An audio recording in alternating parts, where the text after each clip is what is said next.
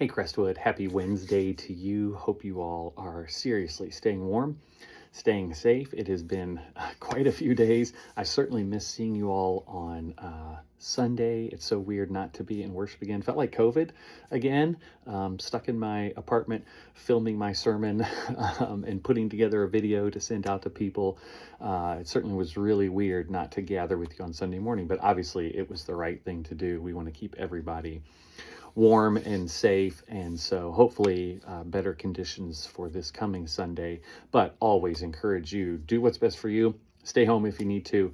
We will always have the live stream available to you, and want to make sure that you know that. But just know you were missed being with you. I'm very glad to be with you today to bring this devotional for this January 28th.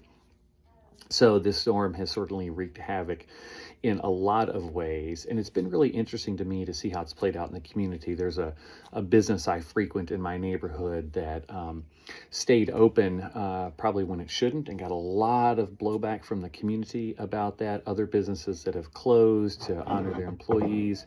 And just a reminder that when we are hit with adversity like this, it tends to bring us together as a community. More people checking in on each other, more Facebook posts about, hey, what can I do to help? We've been calling some of our homebound church members to see how they're doing and see if there's anything that they need. And it's amazing how when we have something like this that affects all of us, it's sort of a great equalizer in that way. We all come together to look out for each other. I'm certainly mindful of the people who don't have adequate shelter or clothing or heat to deal with storms like this, and looking for ways that we can reach out and help during those times as churches, as individuals.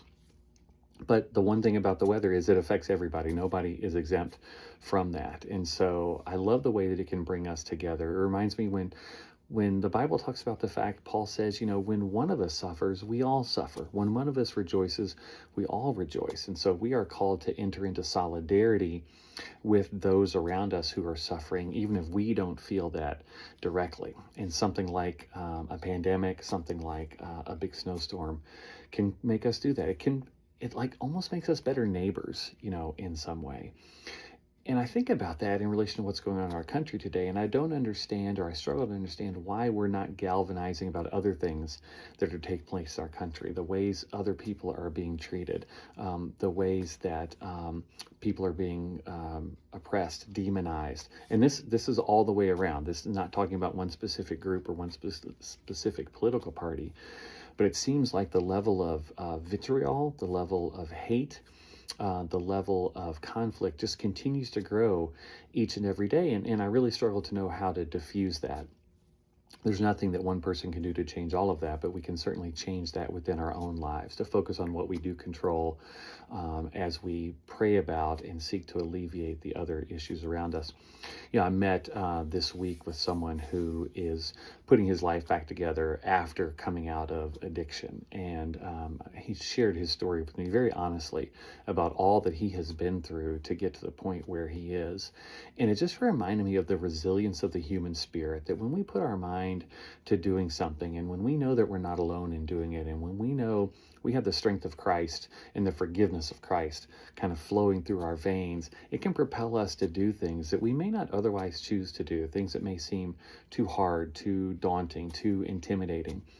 And this person's story just really, really inspired me to be reminded that we do have the power to change things within us and within our circumstances to help to be more like the person God has called us to be.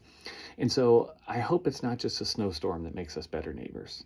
I hope it's any situation that we are dealing with in our lives where we see someone else is suffering, someone else is being hurt, someone else needs an advocate, that we are motivated to be that for that other person, that we are motivated to stand up, to speak up, to mourn with them as they mourn, to suffer with them as they suffer. Because God has given us not a spirit of weakness, but a spirit of strength, a spirit to go out and advocate for those who don't have the things that they need to survive something like this storm. It's so easy for us to get comfortable where we are because God has blessed us in so many ways, but God has not blessed us for that to end there. God has blessed us to be a blessing to others. So, Crestwood, I want to encourage you to think about today, how can you use what you have been given by God to be a blessing to someone else? How can you use the strength God has given you to help make someone else's life better? Because our faith isn't for us.